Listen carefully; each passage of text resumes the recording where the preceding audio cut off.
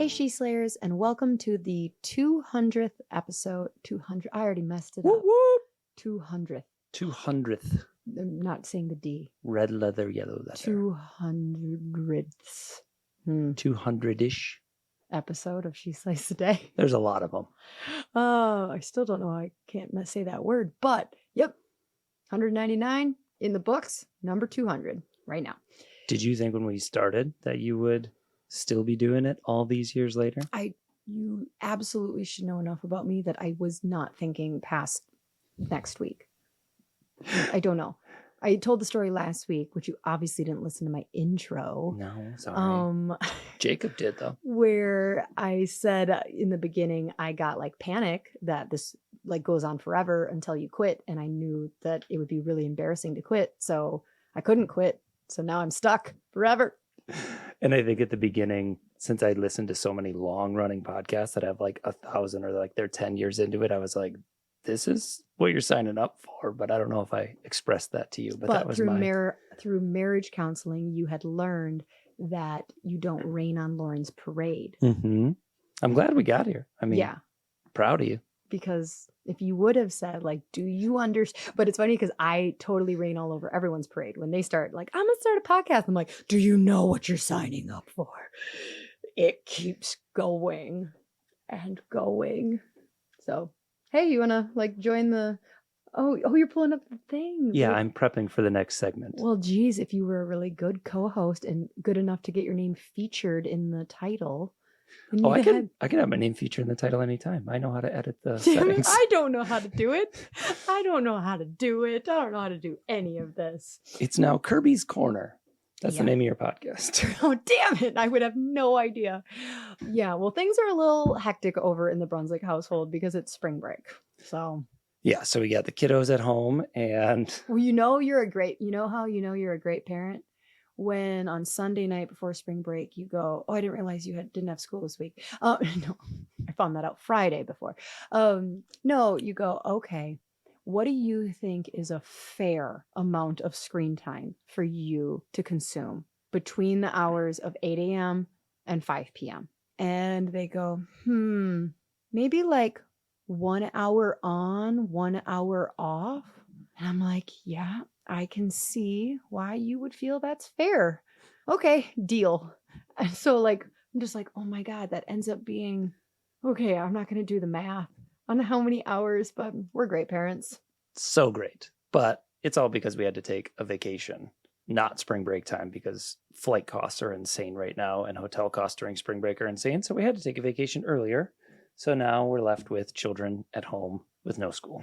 Yeah, tell them about the text. Yeah, so we try to have them not interrupt us while we're working, but we had a team meeting today at the clinic, and during it, my phone is just blowing up. So I'm thinking something's wrong at home, and I start to read my text messages. And the first one is from our youngest, Ty. Hey, Dad, Charlie's doing my chore, and she's not doing hers. She just took my chore, and now I have to clean the litter box, which is really grossing me out, and I really don't like it. And Charlie is lying about me bribing her. Whatever she says, she's lying. Charlie hasn't sent me anything at this point. Charlie's lying about me bribing her. And I was just trying to get her to do her chore.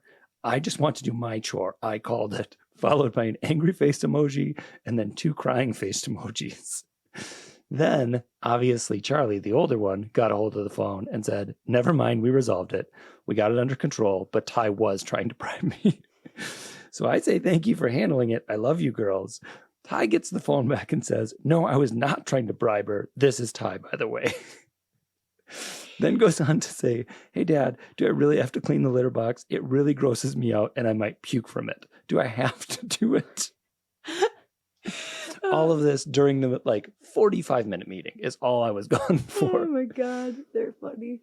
Yeah. So that's us. We're nailing it. That was one of 2 fun texts I got today.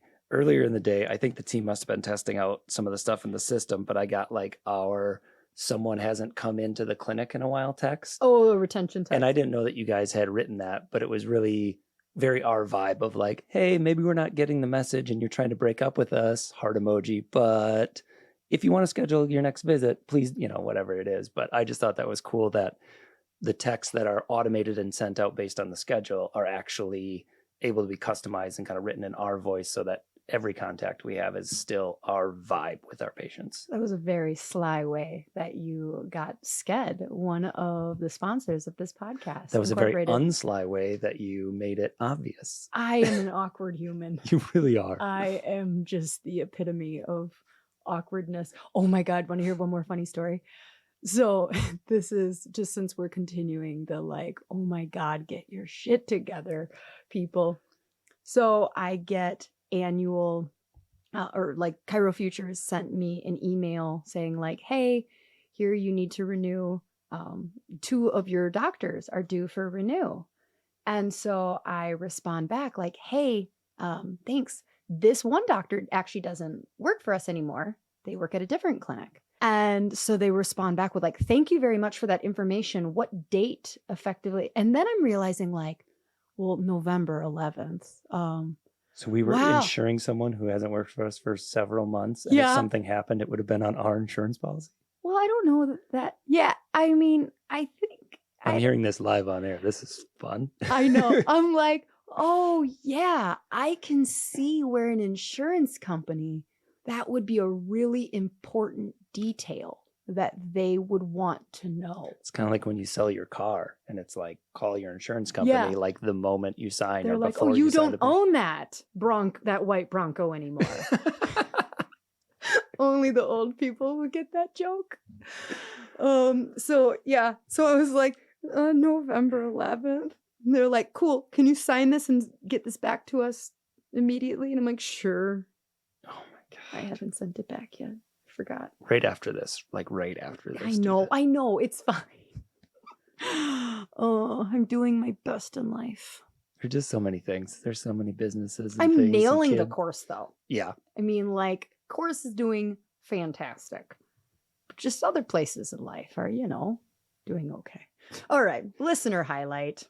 So this one is new. So we were going to look through all 152 oh no, those are just ratings, which now I'm just looking at. Do you see that 2-star rating? How dare you? How dare you? But they didn't leave a comment because I think we searched for that one. And someone said just 4? Come on. Go all the way. I mean, if you're honest. Let's be honest. If you heard like an episode that was like, meh. Yeah, it's a solid 4 out of 5. I mean, with this intro, I can't disagree. But we didn't pick one of those for our reviews. We picked a 5-star one because the system is rigged. So this is from a bunch of letters. This is the best Chiro podcast ever. I have been listening to She Slays for years. I have probably heard almost every episode. Almost? Rissimavov. What's up with almost? Is there any podcast you've heard every episode of? Mine. You don't listen to your own podcast. I was there for all of them. I know, but that doesn't count. I have podcasts I love and I don't listen to every regretting, single one. I'm regretting reading this one. Don't know if it's worth it. No, okay, fine. I've listened to almost every episode. It's so great to turn on my podcast Monday morning and have something to inspire and get me going. I have been in practice for over 10 years and I love that she gets me thinking about new ideas and different avenues of growth. My whole team also listens weekly. Thanks, Dr. LB, for all you do. Heart emoji. White heart emoji. Well, thank you, Rissimavov.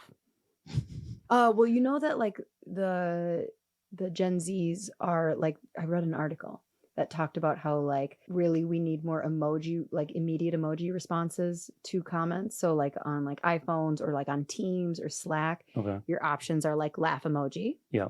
Maybe a crying emoji, a red heart, and a thumbs up. Okay. But I shouldn't say like the current workplace environment is now that a thumbs up is passive aggressive. And for a lot of people who are like a bunch of heart, like, or not a lot of like female clinics, we don't overthink the red heart, but apparently like red heart is the romantic. Red heart is like a little too personal for like, yep, got that email sent, like red heart. Like, I'm just repeating what I find on the internet. I have so many thoughts. I know you do, but we don't have time for them. So if you would like, you can come back as a co-host. All right. We'll just do an entire episode on emojis. Oh, only if we can have Ty. Oh, she's an expert. God. Okay. Without further ado, today we have freaking Devin and Joey Vrana on. This is a big one. That's why we've been sitting on this one for a little bit, because we wanted it to specifically be 200 because it's so awesome. Yep. And they're so awesome. So Joey's never been on. Devin has been on the podcast dose times before. One solo and then the roundtable. The roundtable of COVID, which, gosh, I would love to go back and listen to that. That would be, like, I think it was like in March of 2020. Yeah, I think so. And I listened to it in December of 2011 for doing the best, or of 2020 for doing the best ofs. But I don't know if I've listened to it That since was then. a lineup. Yeah. Like, that is something I would say is, besides the fact that the podcast feeds my constant need for validation and ego, which I'm working on with my therapist, I would say the access to like amazing people, the people is we've gotten to incredible. meet is awesome. Like, if I needed to do like the people in my phone that I could just text and say, hey, I need a conversation on this, like, it's wild. And it's like wild. The dinners we've gotten to go to and the people that we now like know, who we just admired from afar for so long. And then it's like, oh, I have a reason to talk to you. And then you find out that they're even better, not on stage and just being awesome, funny people. I mean, the first, like, for instance, the first mail that is, the day and time is not booked, but the first mail, do you want to reveal this? Has been decided. Well, he agreed to it. Okay. I'm just saying. I don't know. Do you want to keep it a secret a little bit longer? I hate when people do that. Yeah, well, you started it, but I think it's better. I think it's better to keep it a surprise. Okay. Only because I don't have a day and time nailed, but I do have a text saying, I'm in, shoot me email details. So it's going to be awesome. It's a good one. It's a good one. Okay. But back to Joey and Devin. Oh yeah, that's right. We're talking about that. We're recording right now. Okay, so I think that Devin and Joey are, best known for the big idea and the fact that they have 5 kids, incredible kids, and that Devin, so many kids, is a firecracker of just inspiration. They are. We've gotten to hang out with both of them, and their relationship is so beautiful. You can just tell how much they care about learning one another, and like really realizing that in order for them to show up as the best for the profession, they have to put their family and their relationship with each other first. And it's great to be around them. They're definitely people that I like having in our like circle of like, yep, that's what I aspire to keep our relationship. Yeah, and they like their coupleness is beautiful, and then they're really great as individual people too. And this conversation is really fun because it shows the ebb and flow and the struggle of like figuring out how to. Oh yeah, that's probably my favorite. I hate be your own person. Well, like it's a good conversation because it's real, and they don't like sugarcoat and go like, well, we've always just known the right way to go, and we've always go right there. It's like, no, it's hard. Like we struggle with it, and it's just awesome that they were vulnerable enough and open enough to go like, yeah, that is really hard when you both are chiropractors, you have 2 clinics, and you're also building this huge movement that you feel you need to do. But like, how do you balance all that and with the kids and everything? So I love it. You're going to love it. And do you want to pray? Sure. Okay.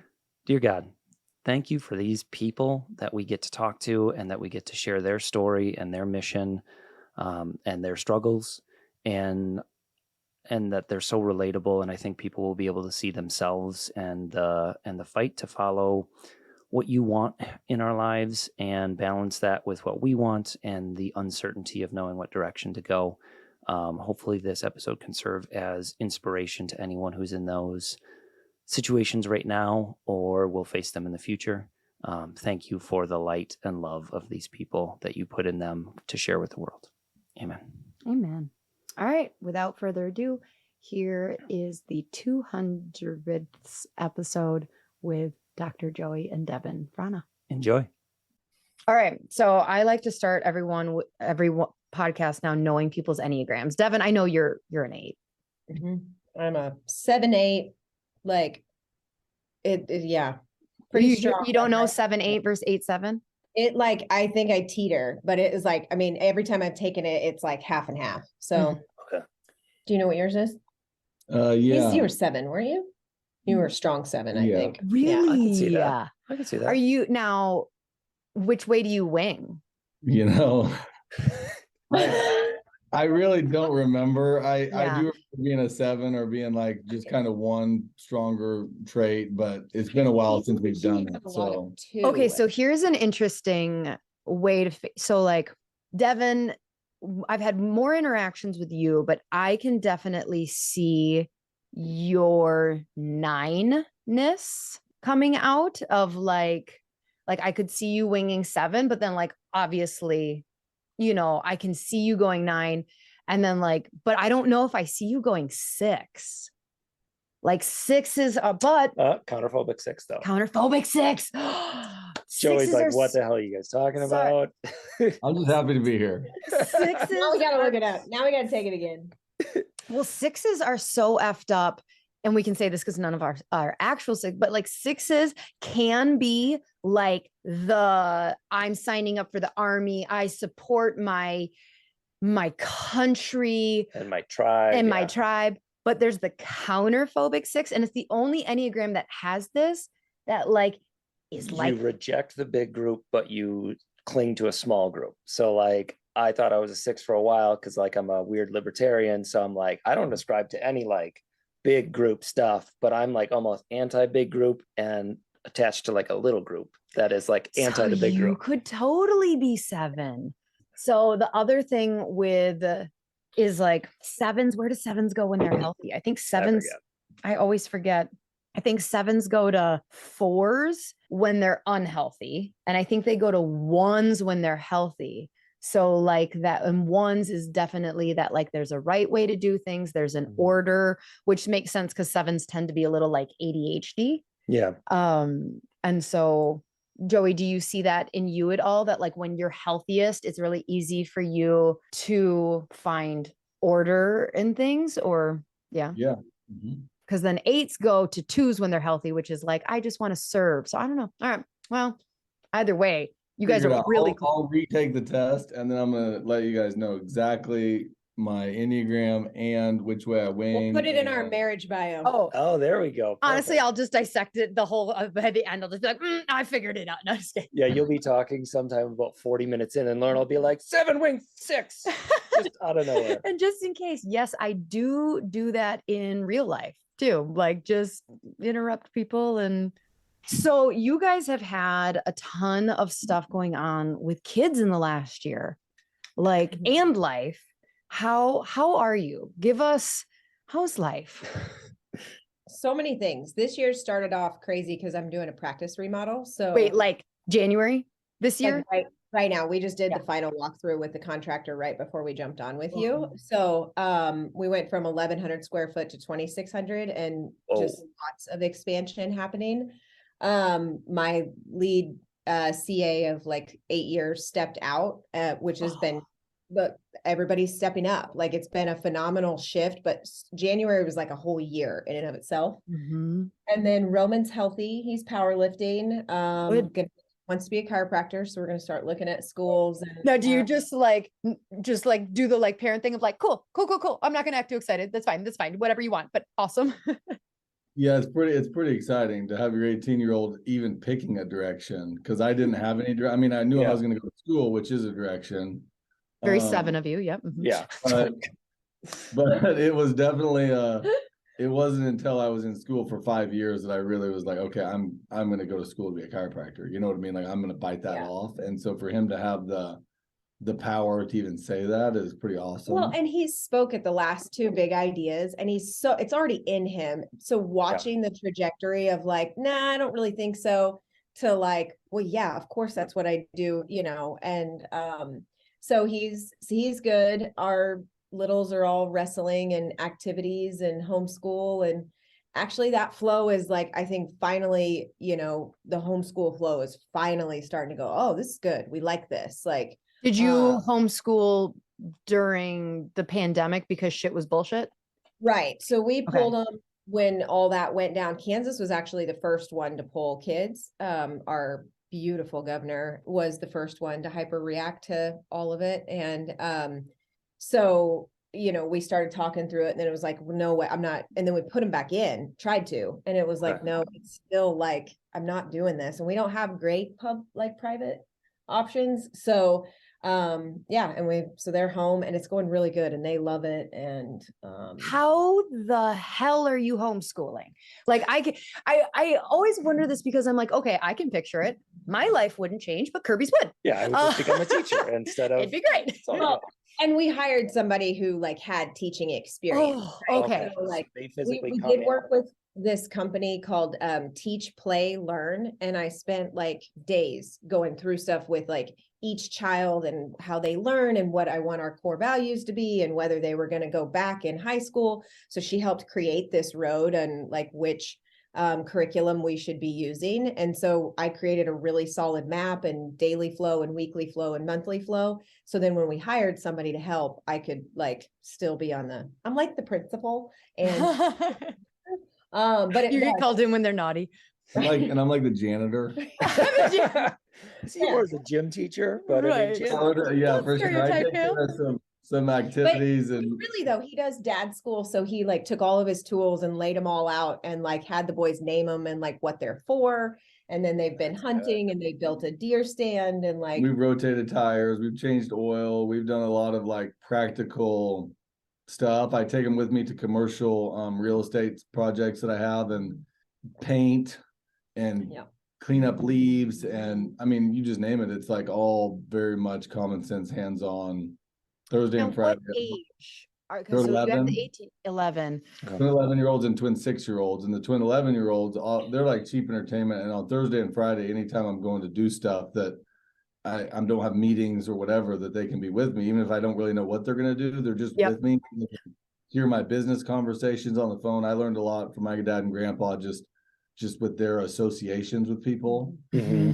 So I think that's healthy, just to have them with you, just to. Is it easier with your 11-year-olds than the younger ones? Because like, so we have an 8-year-old and almost 11-year-old. And I feel like what you're saying every time, like, so like Tony and Christina Ebel were on and they were talking about how they're bringing their kids in. And I was like, damn it, I feel like we're doing a terrible job. But our oldest one, I'm starting to see like, okay, this is getting easier. Yeah, because I take her almost anywhere now and she could sit there and listen in or whatever, or help out with stuff. But our 8-year-old right now would be it's just more difficult to get too much work because she'll fight you. She's like stubborn. So it's not just like, oh, she does a bad job at it. That's shocking. Where would that come from? Where would you get a stubborn? And in some of it, like I would take Magnolia if it were just her, but like they're pack animals, so like I wouldn't bring everybody to certain things like that we'd get swallowed. But that's a little bit too much entertainment. And we did take them, like we've taken them to Focus and stuff when they were younger, and it is a lot. We just pick and choose, like, and we always bring help. I think that was something like Pinnacle really gifted me with, of like, just it's okay to ask for help and to bring help with you, so that when you can tap out and be like, you know what, you guys can go back to the hotel or whatever it is, like, so they're with you right. Mm-hmm. Devin, you had kind of briefly said something about, losing your CA of 8 years and how people are being called up. I don't know how you phrased it. So our 2022, we had 6 employees. Like, I don't even like using the word leave, because like every single one of them still gets adjusted and they love us. And it made sense why they were every leaving. single one was like businesses, starting families, like. Yeah. But it's so tough. And so like, it's hard because I've seen it in our patients over the last year, like crazy stuff happening in their life, like moving and shifting. And so then I turn to my staff who is still here, who hasn't evolved up. I don't know.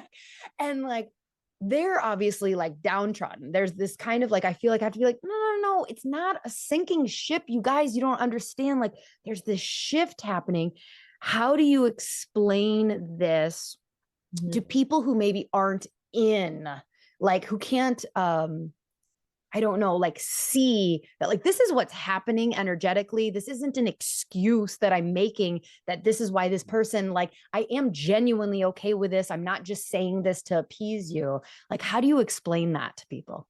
Well, I think taking responsibility for the shift as a mission. So like the practice vision changed, right? So of course the core was going to start to shift, and the brand was starting to expand. It needed more. And like, there was just different, I changed. So when I changed, everything around me is going to change. Right. So from a like tactical standpoint, I always want to lead with that with team of like, listen, it's like, people, you got to honor your own inner knowingness of whether you can give what's needed to this thing. And part of our like core value is to have a healthy ecosystem where like, if you don't have it to give, you can like take your season or take your breath and go. And that's, you know, I think leadership in somewhat of a more feminine way, where it's like, it's all good. Like, this is just, you know, this is nature's turnover. Like, it was just time. It was so easy, honestly. Like, I could see it starting to happen towards the end of the year that she was wanting to make that, like, she really wanted to be home with her babies. Mm-hmm. And it was starting to like yank her. And so it was like that, well, nobody wins in that situation. So we just had a very simple conversation. And then, so I turned to the other employees and go, you know what, you're going to have babies, you're going to have life, you're going to have things. I am the only one who's actually married to this machine. Mm-hmm. You guys got to do what you got to do. I'm going to be clear with like what it is we're doing here and what it is like I want us all to be able to give to it. And if you can't give to it, I hope you tap out instead of me needing to be the one.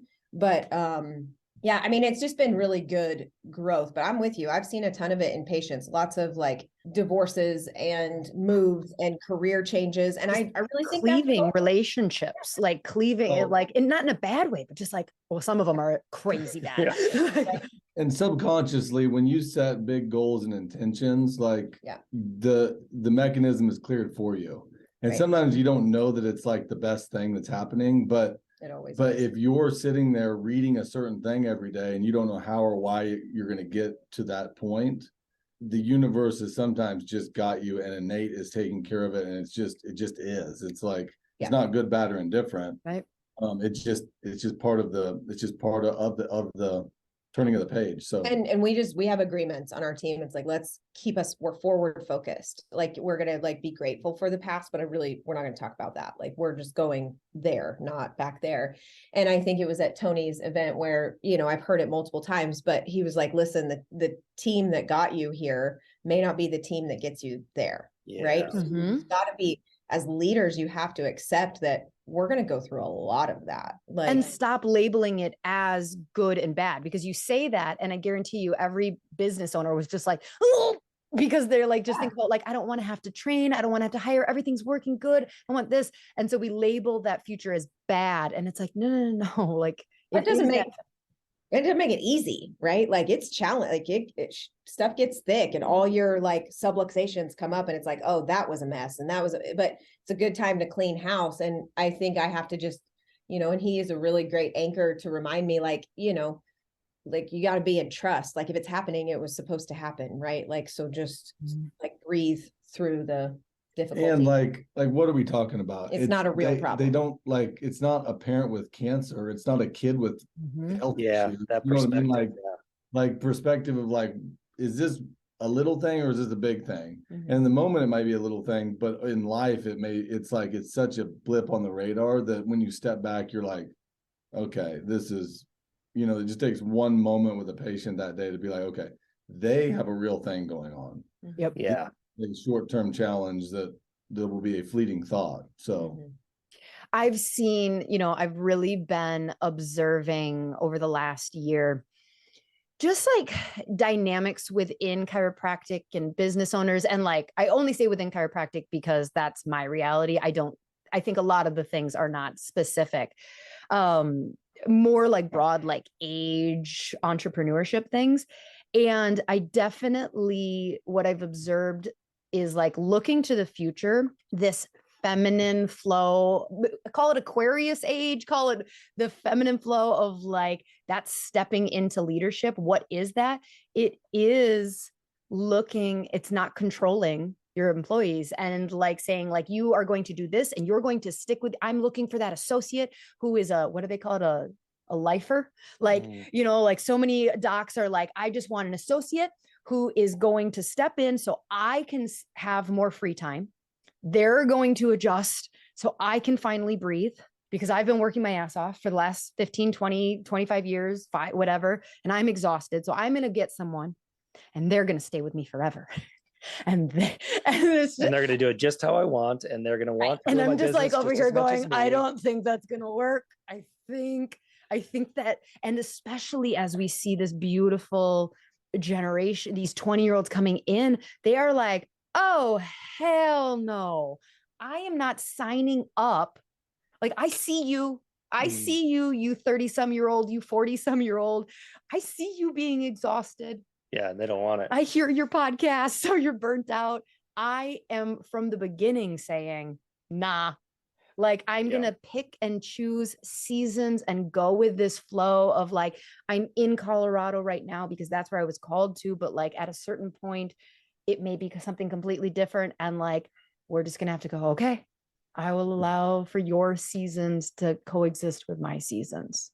And it's hard. I mean, it's hard to get out of your own like ruts in your own way of like, you built something in the way that you operate, but now to maintain it and to grow it, you have to collaborate with people who think differently than we do, who are from a different generation. And it's tricky melding those things in. And you don't even know what you're looking for sometimes, because it's a little bit about what you were saying of like, you view something as bad. So like, if we can't find an associate or we can't find someone who fits our model, so we take someone who might be different than us, that might be the change we needed. You know, our lead CA quitting was the change we needed for our other people to learn how to do more things, because otherwise they were just relying on her. But it's really hard. You don't want to face those moments, those like, oh crap, what are we going to do? Well, that and like, are you a micromanager or like macro, right? Is it like, because there's some people that run big companies and big construction crews and big whatever, that's like, they've got 30 employees. They don't care what employee number 29 is doing. He's helping pull the wagon, right?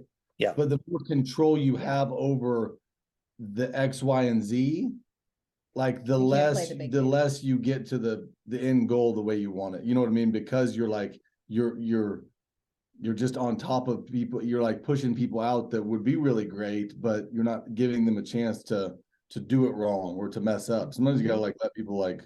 We did a hot seat with Josh Axe a few years ago, and I'll just never forget some feedback he gave to one of the people there that was having this conversation. And he's like, listen, if you find somebody that does it 70% as good as you, grab them, because that's like amazing. If they get to 80, you better give them a raise and hang on, because they might be looking to leave. And if they're 90% as good as you, don't hire them, because they're already gone. And so it like reframed, you know, and he was talking a lot at that time about the book, The Infinite Game, you know, right? Like business never ends. And to your point of macro, like what's the long game? What are we building? I think chiropractic, particularly, we get in this, I want to see 400 a week, or like there's these like things that we're like trying to hit. But if you play the like legacy game and the brand game, then it just shifts. There's not this like urgency. You still got to hold standards though. So I catch myself because it's like, yes, and right. Like, yeah, it is both. Well, that's why the masculine energy is beautiful. Like, I feel like so much for the last couple of years, you know, because the feminine didn't have the moment. We were like, yay, feminine. It was like, oh no, but that masculine shit is what pays the bills. Like, you know, it done. Yeah. I wouldn't trade. I mean, you look at yin and yang, and one is, if you went full yin, you'd be all flow. It would be a mess. It would be complete chaos. If you go full yang, like it's too rigid, too structured. So like it really is both to create harmony. So. Hey, She Slayers. I just wanted to take a moment to ask you, have you heard of PX? I don't know. Have I mentioned them before? So they're practically everywhere these days, and I am so excited to have them as a sponsor on our show, because they are on a mission that I can seriously get behind. So Dr. Tony and his team have designed a pediatric, prenatal, and family chiropractic training program that has online and live event training opportunities to learn step-by-step the science, clinical protocols, and business systems behind building a thriving pediatric and family chiropractic practice. Now, here's what's extra cool. It doesn't matter if you're a student, startup, or practicing chiropractor. I mean, I am a member and I've been in practice for over 12 years now. Each and every bit of their training is applicable to you and where you're at. I've been a part of PX for a while now, and I can say that there's no one better in the space to lead you and to lead this profession than Dr. Tony and his team. If you want to take your practice to the next level in serving more kiddos and families in your community, then you must check out PX. I will drop a link in the show notes so you can head over to thepediatricexperience.com and let them know She Slays the Podcast sent you there for a special little bonus. Hi friends, I wanted to take just a quick break from the episode to make sure you all know about the cool stuff we have happening over on Patreon.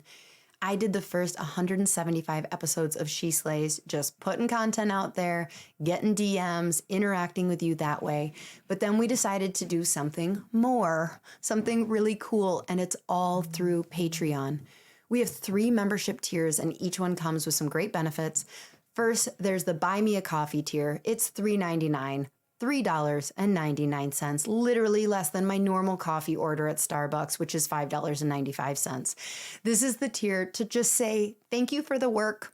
Trust me, it costs a lot more than you think to put together this podcast, but that's not all you get. You also get access to the first 50 episodes of She Slays that are no longer available to normal podcast apps.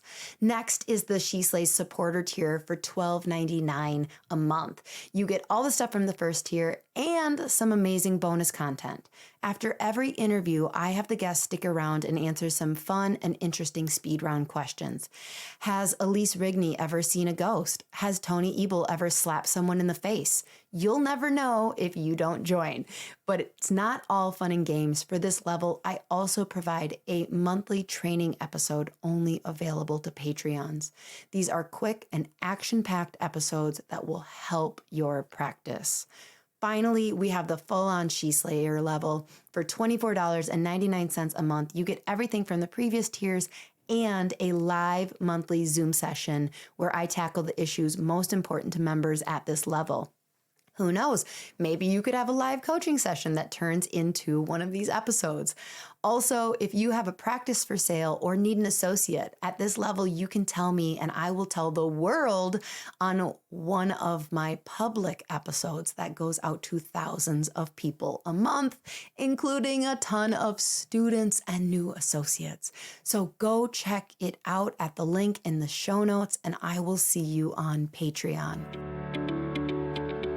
Hey She Slayers, when I first started practice, I thought I needed to dress a certain way for patients to trust me, and I spent hours trying to design communication and marketing materials that worked.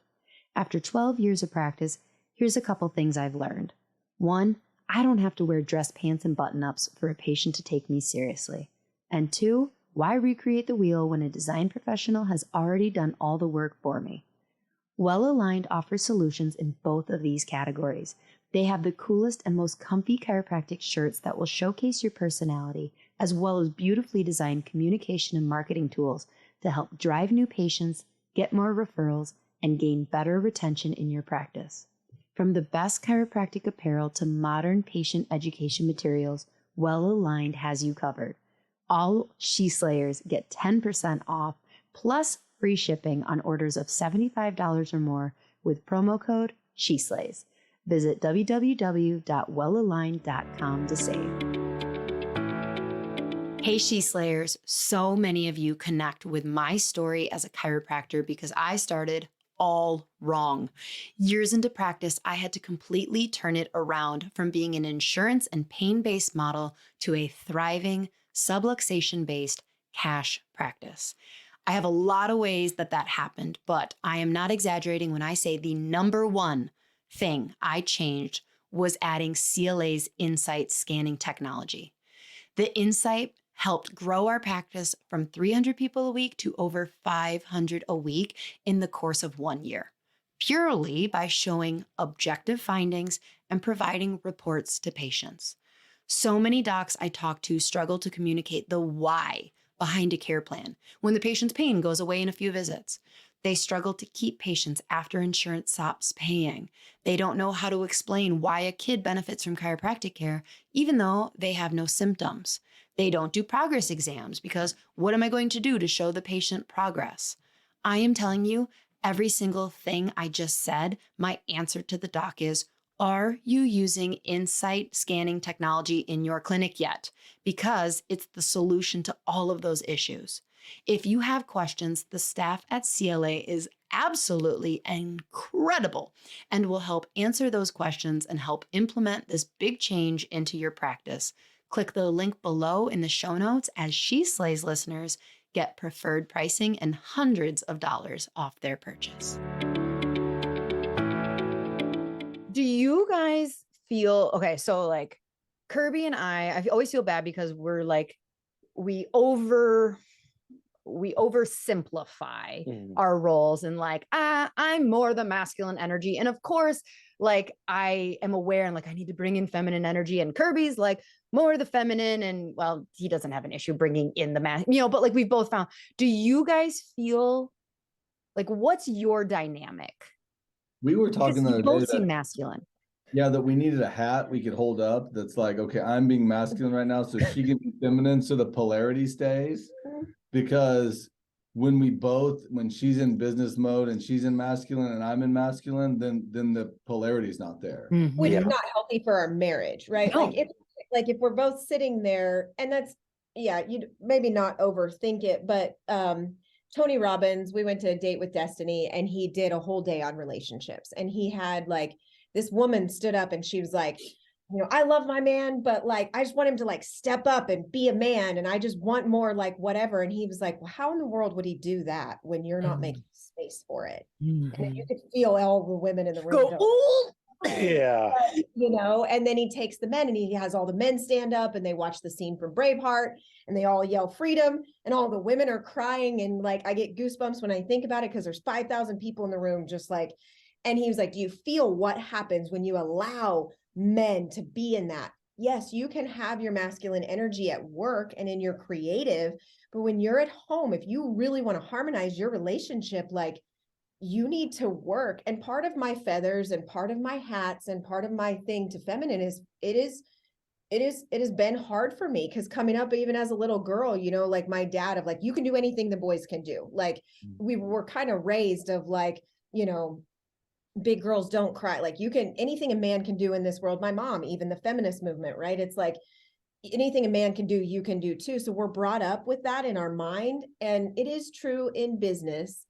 And me, the woman, me, the wife, me, the mother, will always be more joyful when I'm in my feminine. And so I think some of it's just knowing my roles and where I'm at and what I'm doing, and us having that dialogue of like, I mean, literally, I've never heard her say she needs to know her role, but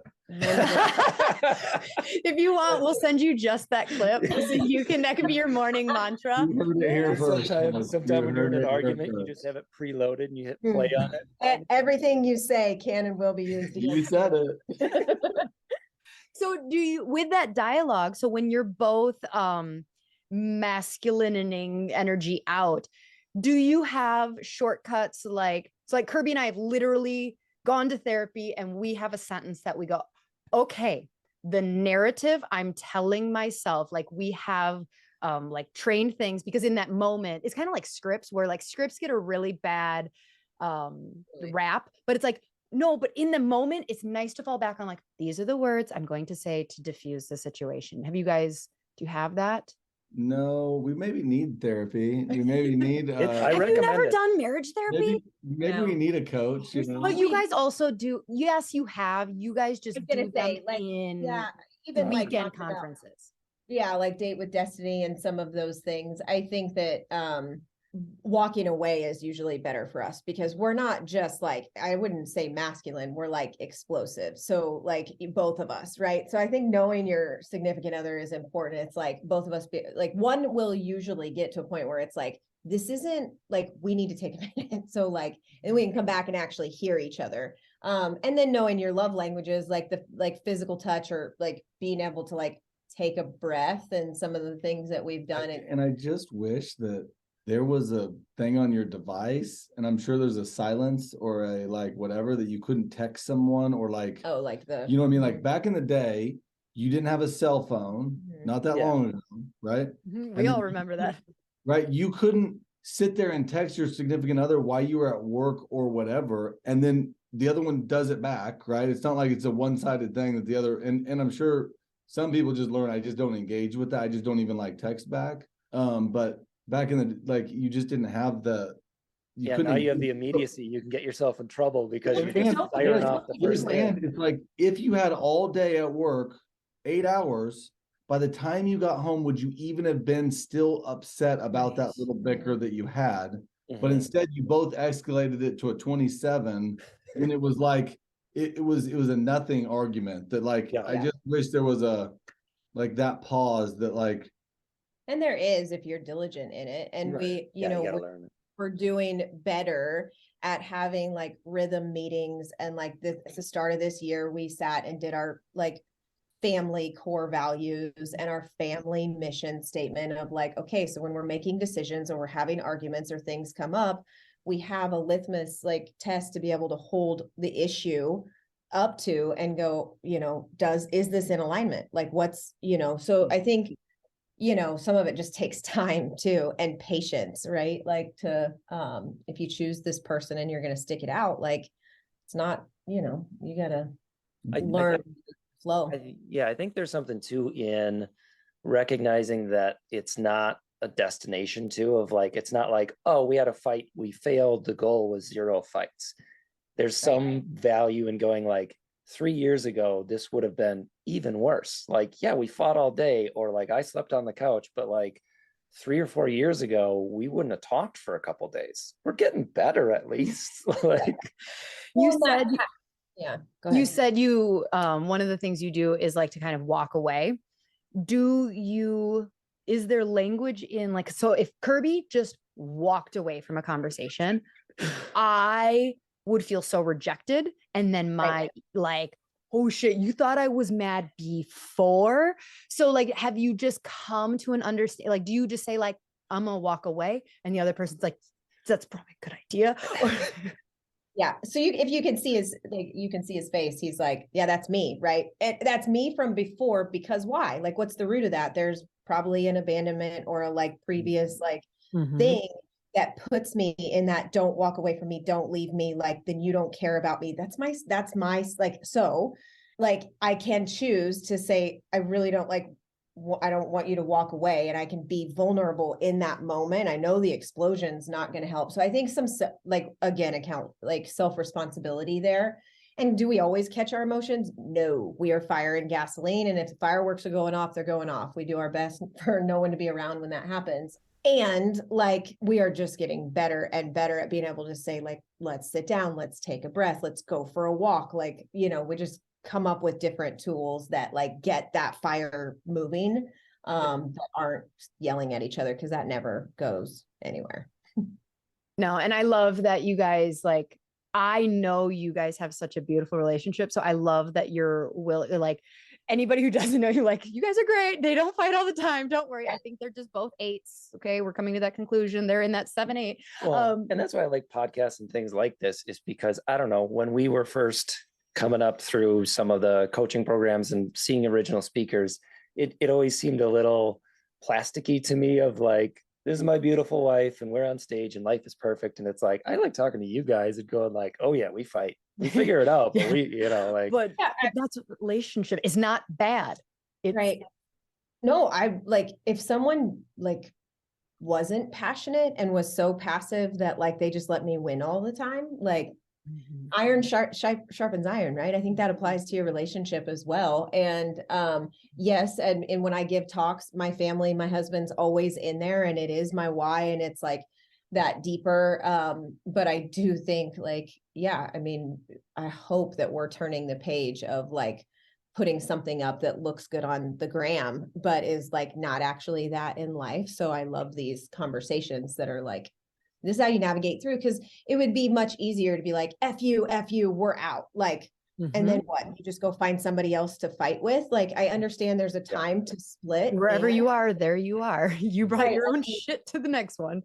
Like at a core, like, I know he loves me and I know he's got my back. And like, that's where I have to go when my single mom impulse or my like, I don't need you rage starts to trick me into going a different way. I have to go to what I know is actually true, which is he loves me and I love him. And there's nowhere else I actually want to be. Yeah. So Yeah, and retraining another guy like for his like Oh God, yeah, good luck Oh, with that. hell no, I'm not starting over. like I'm like 100 times the man I was 15 years ago when we first met. And so even sometimes when we fight, I'm like, how is this even possible? Like I'm like the best version of myself and only trying to get better all the time. So when I mess up or we're not getting it, I'm like, this is 15 years of me trying to do Oh, yeah. and I'm like, and I'm messing up. I'm going, am I ever gonna get this figured out? probably not. No, that's why I always go. It's not a destination, it's the journey. Like you're never gonna get there. Be grateful Okay. for the good days Yeah. and hold on during the not so good. So Joey, you said you didn't find chiropractic for a while in college. Devin, what's your story? Like, were you like innately, this is what I'm supposed to do? Nope. Yeah, I was pre-med, pre-dentistry, like I want to help people, but I didn't really know what. And then I had my son when I was in college and it was like, oh, I probably need to get this figured out. And I took like this, the test and everything, but I don't like blood. I don't like drugs. So surgery and medicine were like, well, this is probably not going to work. And I don't want to be a PT. And I shadowed a dentist. I was like, oh my God, what am I going to do? And bartending, waited on this like big party. And the person that paid the bill was he was a chiropractor I had been to just ask him because he paid for the ticket. And I was just kind of taken by the moment. Like, what do you do? He was a chiropractor. And I was like, I want to be able to do that. I want to be able to just like take care. There was just something about watching that moment. Went home, looked it up. Cleveland had a discovery day. So I went and decided I'm going to be a chiropractor and called my mom. And she's like, Devin, you've never been to a chiropractor. I was like, I know. She's like, how long is the program? I was like, I have no idea. She's like, well, how much does it cost? I was like, no clue. She's like, you have a son.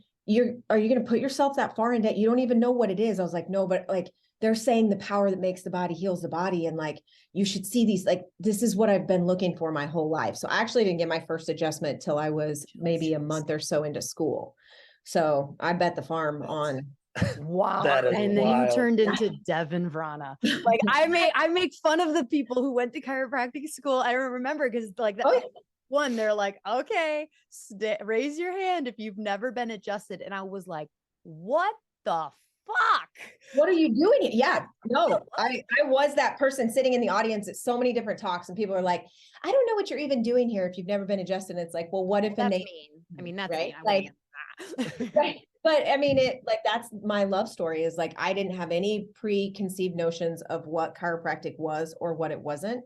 And so everything I've learned, I've felt for the first time. Like I think I look at my children, I look at my siblings and people that we have like inspired or like that they found chiropractic through us in some way. And that road would have been wildly different versus like, I just got to like fall in love with it and learn all of it. Oh, what is a green book? Oh, what is this? What it like from the inside out, with no one telling me what it was capable of or what it wasn't. So I wouldn't trade it for anything.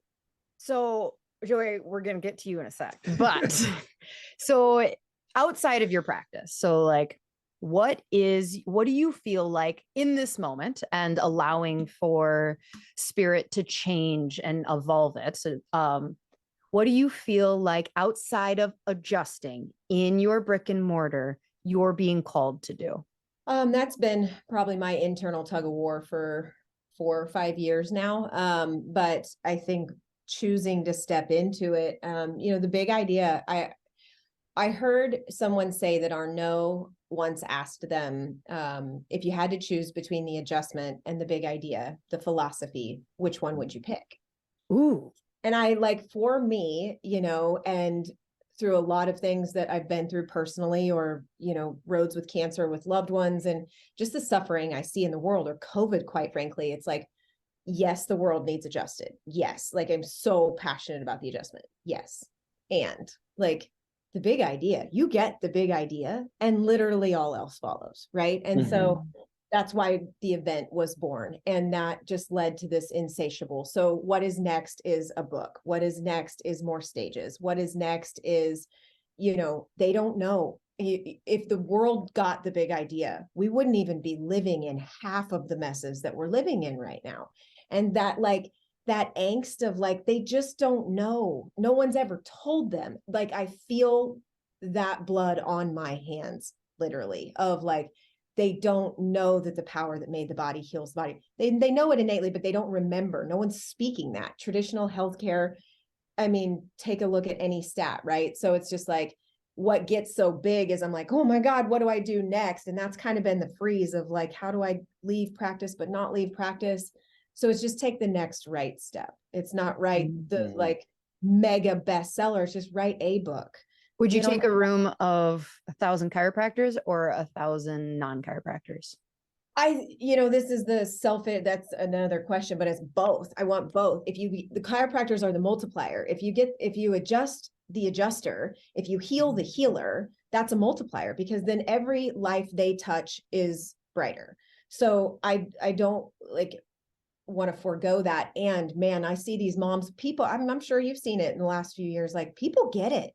They're hungry for it. I heard that 10 years ago in chiropractic. There's never been a better time to be a chiropractor, right? But really, the ball, I feel like God himself has put the ball on the tee and been hey, chiropractors, would y'all like to play ball yet?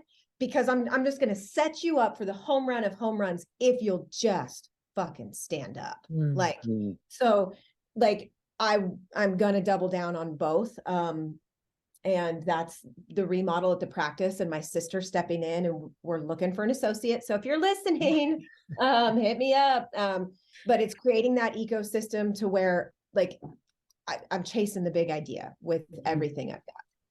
Okay. So I knew you were going to say that. And you're beautiful and you're amazing and you're Devin fucking Vrana. But you're the shiny, you're the Reggie Gold, you're the Fred Barge, you're the this, you're the that we all look to and go that's what, or okay, I'm going to speak as for chiropractic, but I'm really just speaking for me. Myself looks at you and goes, damn, she's so passionate about chiropractic and health. And I really like chiropractic, but that when you speak, there's a magnetism that I'm I am lacking because I don't have that. And obviously I love chiropractic. I will adjust our children and I will get adjusted weekly, twice a week until the day I die. But it's really hard because I sit and I go, wow, I really like chiropractic, but she's got something for this profession and health that I don't. And so then I feel a little broken. So I'm going to pivot here and we'll try not to be insulting in the process. So Joey, you've been really into commercial real estate and stuff and doing other things, right? So how do you do you have these feelings of looking at your wife and going well, I really like chiropractic too. I'm not broken as a chiropractor because I'm doing non-chiropractic life. There's air quotes to people who can't see life-changing things. There's the question. Does that make sense? Yeah. That's a great question. I don't feel any less than. We all are put on this earth for different missions and different purposes.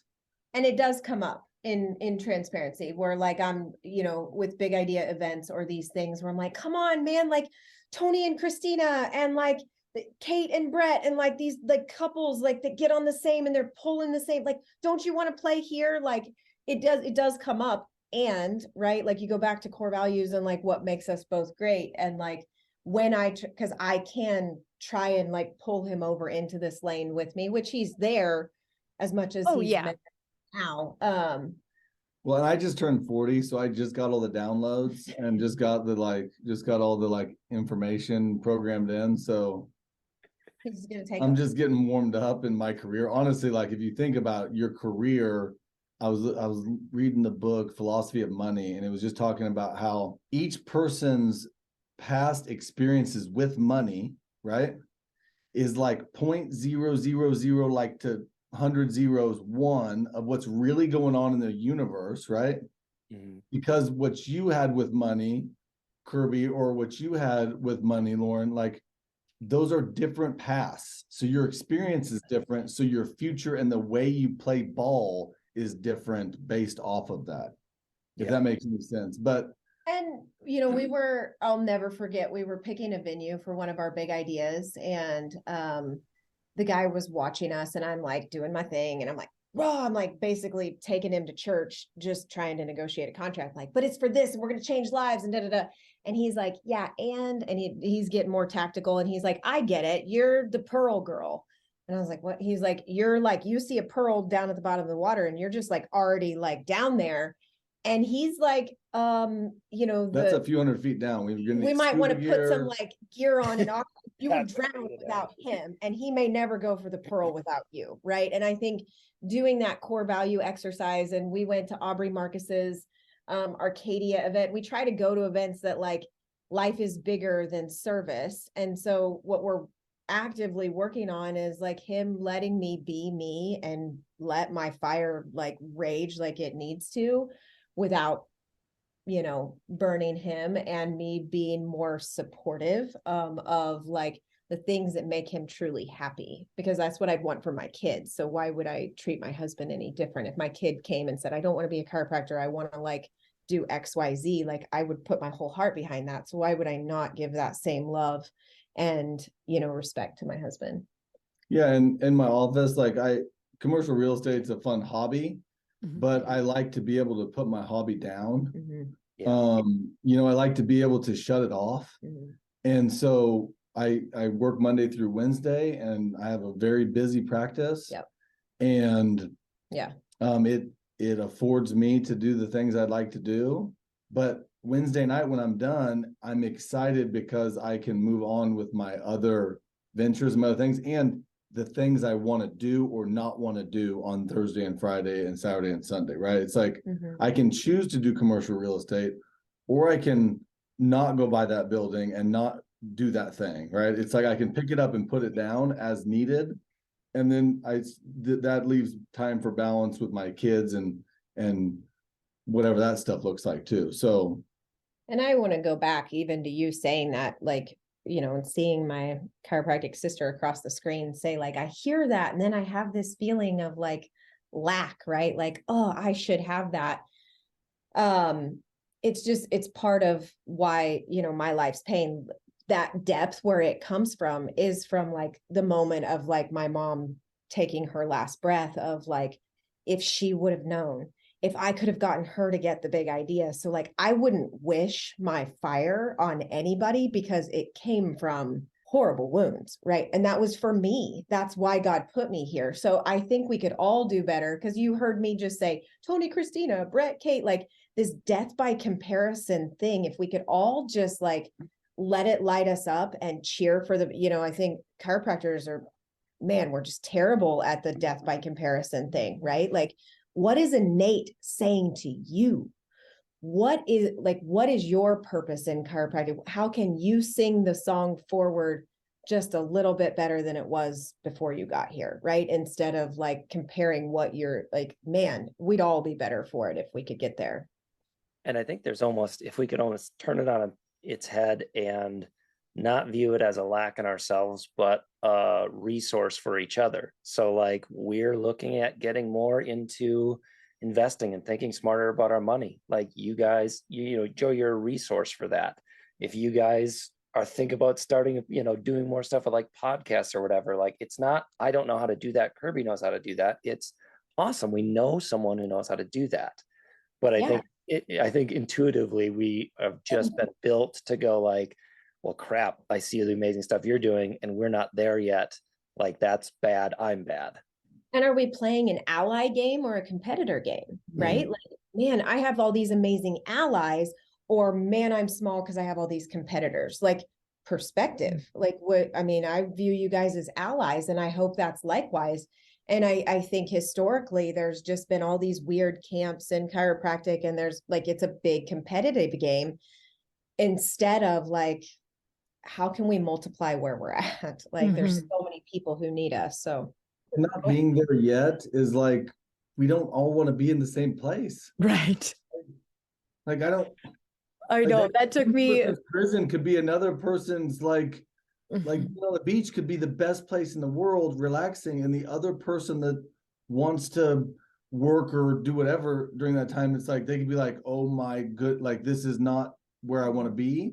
Yeah. So it's like each person should have the freedom of like their own journey and their own timeline and their own things. And it's like not there yet. It's like, well, only if you want to be there. Right. Yeah. Devin, do you feel, okay, so I'll rewind to our therapy years ago, and I don't know, you'll remember.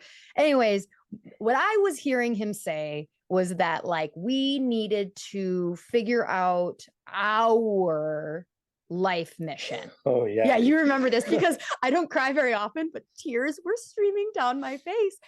Because, and like the therapist is like describing this, and he's like, Lauryn, you're getting and really I'm emotional. it's beautiful of like we're gonna come together and make a unified vision that's part of both of us. And she was just bawling. And I think literally I wasn't bawling. Tears were streaming, but aggressively streaming. And I just remember going, and he's like, you're getting emotional. Are you okay? And I'm just like, but what if he holds me back? And it was this like palpable moment where I was like, honestly, this, because so you say pearl diver, you say keep aliver. Our analogy is I'm the kite. He's the person freaking holding the string. Like without someone anchoring a kite, you like fly off into oblivion and get stuck in power cords, and you're no longer a beautiful soaring kite. And so in my mind, I'm like going like, he's the anchor. Of course his vision is going to be less than mine. It's going to hold me back because I'm the kite. And so, you know, it was this explanation of like, together we can always go farther. I'm not even to my question yet. And so my question was, Devin, do you feel like unless Joey is on the same path and mission with you, you will not get as far? There's the question. I have definitely had those feelings, and it all comes back to my stories, right? Like, I think innately women subconsciously, and this is a generalization, so if you like don't like it, sorry, but I think we play this freaking game with ourselves of I want it all, but I can't actually have it all. So there's just this like drama that plays out of like someone's keeping me from, so it's just, I think it may come from, quite frankly, years of watching Disney movies and irrational, like we're literally programmed to think we're living this fairy tale, but someone's going to come, big bad boogeyman, or like my husband's holding me back is probably part of those, like of my mom's story or the generation. So I've had to really sort through all of that and go, what am I using story wise that's like I'm just hiding from stepping into the next thing? And younger me, more immature me, was chasing this achievement to make me feel worthy of love, of anything worthy. And so if I got on the right stage or I saw enough patients, like I was just chasing a success or an achievement that was going to make me feel happy or make me feel worthy. And as we sat down and did our core values and our vision, it's like in today's age, and quite frankly, ever, to raise 5 children who go out in the world and function and make the world better, is there anything that matters more than that? Yeah. And so then everything beyond that is bonus. In today's age of divorce rates through the roof, to demonstrate an active like love for one another, is there anything more powerful we can do? To go on adventures, to live life, to be healthy enough to outlive my mother and all these women that played out. The drama's not working. Like if it was working, great, I'll keep singing that same old tired country song, but it's not working. So I need to like change the story. And I think, Lauryn, that's the tough spot, because, you know, Lona, Denisa, you, me, like we've all sat and had similar conversations. And I think we're here to break the mold of sorts of what it means to be a woman, a wife, a mother, a business owner, a speaker. Like we get to be anything. And what if we can't actually have it all? We just have to figure out what that means to us, right? So I hope that answers your question. Yeah, I think so. Yeah. Yeah, to me, there's no bigger calling at this current moment. Like Jagger and Knox are 11, so we have like 12, 13, 14, 15. We have like 3 years with them before they're kind of like, by the time I was 15, 16, it was like, Yeah, I'm off my friends. I got practice. We'll see you guys later. My parents were there, but it was like my ship was already sailing in a trajectory. Could they, steer it one where it blows some wind on it, maybe, but and then Jagger or Maggie and Phoenix are 6, and so we have another 6 years or maybe 7 with them of just like creating these awesome little humans, rhythm, consistency. And so like my biggest calling right now is just one foot in front of the other in my office. If I can dabble in commercial real estate or help them with the big idea, I'm in to do that. But that's not my mission right now is that. And in all fairness, I spent the last few years kind of singing that song of, no, I can't really have it all. Like I'm going to have to wait a few years, to his point, like, oh, I got to wait till the kids are a certain age or until he says I can to like go. And we're not playing that game this year. This year, it's like, no, I mean, he has looked at me and said, I got it. Go. Like, quit. Like, go. And I've watched the two of you. I know Kirby feels the same way about you as Joey feels about me, of like, and that Tristan's got Denise. I mean, I know these people intimately. So then it becomes, all right, go for it, chick. Like, actually go for it. And then, I'm going to have to listen to my own internal rhythm of like, okay, I need to push, but not to the point of breaking.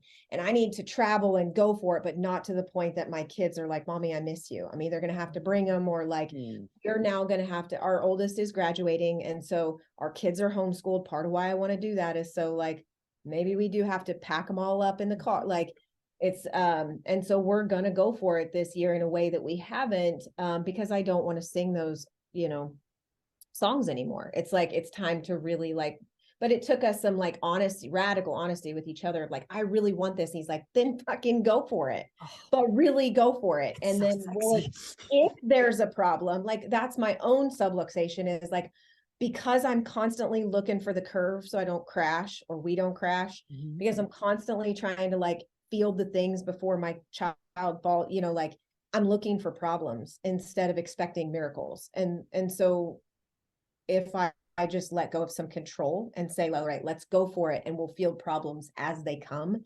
instead of fighting about imaginary things. So you had mentioned earlier that like you had your annual family meeting.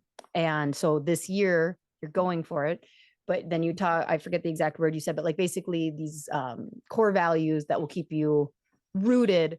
So like how will you know? Like, what are some of the core values that you said, like, okay, we're going to go for it, but this would be like a yellow flag that we're abandoning this core value, like how are you going for it while making sure your eyes are still on the priority of the core values of the family? Innate, I just trust innate. Like I have like some huge goals written down that like, I quite frankly have no idea how that's even possible, but I put it on paper. I read it every day.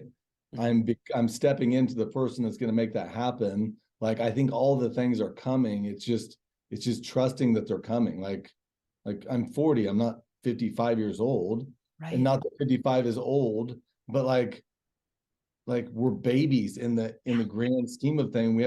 We have 40, 50 more years, maybe 60 more years of like changing lives. And so it's like, it's not a sprint, and there is some sort of urgency to like do the things now, but it's like just each day doing a little bit more than you did the day before, or doing things that are in alignment with but if you get up in the morning and you read your goals and you get into peak state, that day is already programmed out for you, and it is already going to clear the mechanism of the things you need or don't need. Like, I like that.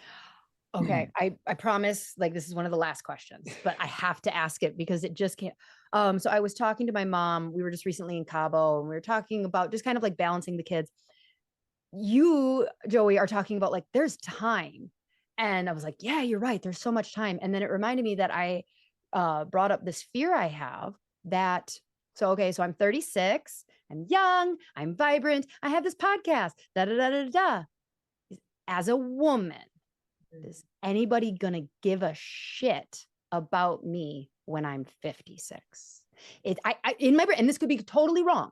In my brain, we see it in Hollywood, like there is space for the 55-year-old man to share wisdom, but we like our women skinny and energetic and not gray hair and not overweight. Just saying it out there. And so my fear is like, but what if by the time I'm 48 and the kids are empty nesters, what if it's like, oh no, honey, there's a new 35-year-old and nobody cares about you anymore. Mother Teresa Hold on, definitely hold on, expired. hold on, You know, hold on, she. hold on. You don't. I'm gonna I butt have you. thoughts on this too, but I'm gonna let them talk. Ain't your zone, fellas. From an out, you just don't deal with that. I mean, we deal with body image. So my daughter was singing the Victoria's Secret song the other night, knows every word, right? And she doesn't understand the words she's singing, but I'm listening to this, like Victoria's Secret's a man from Ohio, right? And he making money off of body image issues. Like we have had these issues inside of our minds since we were little girls. Mm-hmm. And so I get it. It's real. I validate it. And some of it, what you, Lauren, you and only you can ask in your morning prayers and walks and talks with God is this urgency from fear, or is this my calling? Because only you and God, that's between you and God. Because some of mine is fear and some of mine is the blood on hands, and I can do something about it today, and I'm not giving enough. So I don't think it's either or. Some of it is fear. Some of it is old conditioning. Some of it is just the like bullshit that we have grown up in that is changing, I think, for the better in a lot of regards. But, and we're the only ones that can change the story. And so like, I believe we can have whatever we want if we know what we want. And so I have to get clear with God on that every morning, because otherwise I'm going to get drug in 17 different directions. And so when I get that, like, and for me, it's the fear, like I watched my mom die young and she didn't write the book and she didn't do the things that like, and those were things we talked about as she was getting ready to pass. And I don't want to die with regrets or I could have's or I should have's.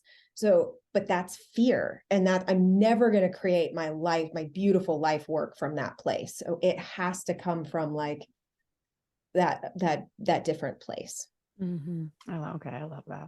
Okay, boys, we'll give you a sec. What do you got to say?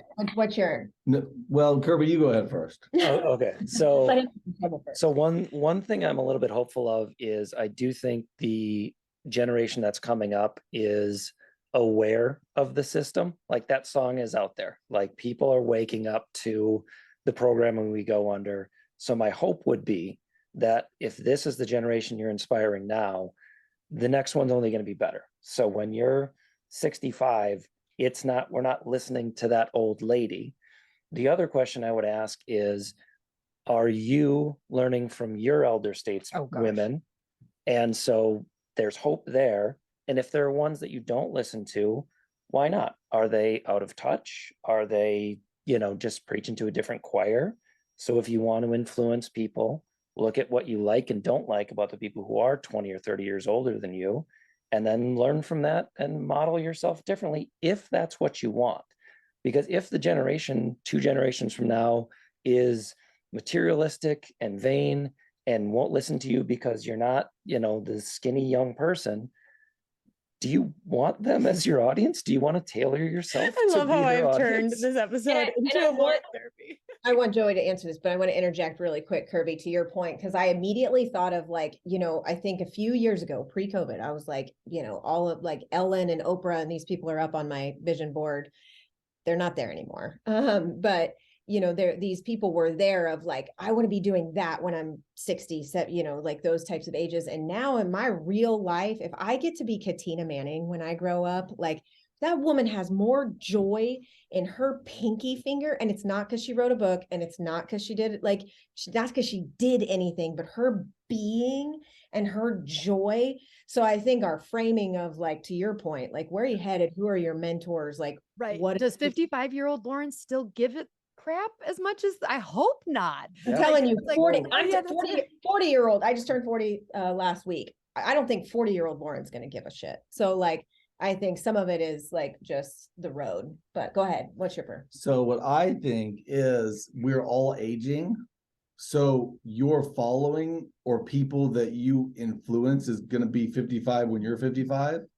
And quite frankly, the 20 somethings may not have a clue who you are or want to know, and you may not want to coach them anyways. Yep. So maybe our kids and the people that we influence now, right?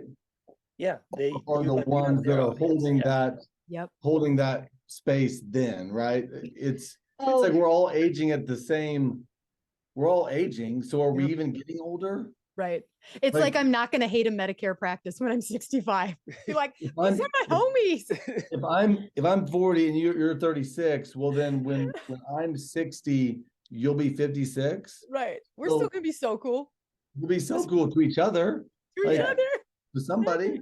Yeah, there's Yeah. almost like a greediness of ourselves, like, I want to get maybe. older and I want to keep scooping all the younger people into my Yeah, orbit no, too. And as it's you're like, saying no, it, you it's don't. I really don't want to talk. ridiculous. You're I don't right. want to talk to a 20-year-old now. You're only on the podcast if or doing the things if you want to be.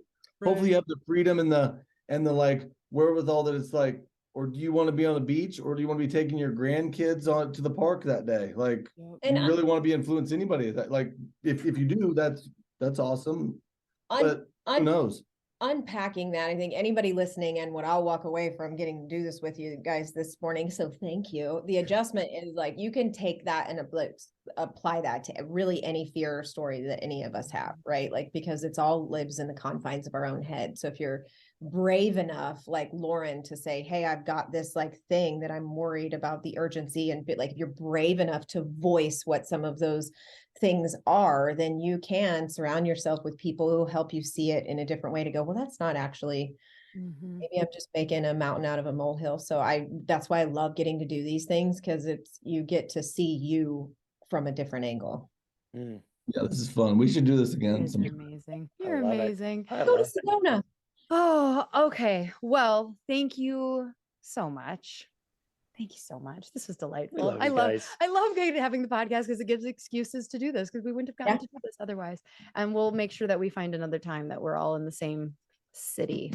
Yeah, I want to do the next time we're actually all in the same city. I would like to do a live, or not a live streamed, but like actually record Couple it in margaritas the room. in. Couple margaritas in, get a little Uh-huh. silly, talk about some weird shit, Kirby's always looking to talk about some weird shit. get mystical. Just go straight down the rabbit holes. I'm in. All right, She Slayers. Until next week. Bye. Bye. Bye.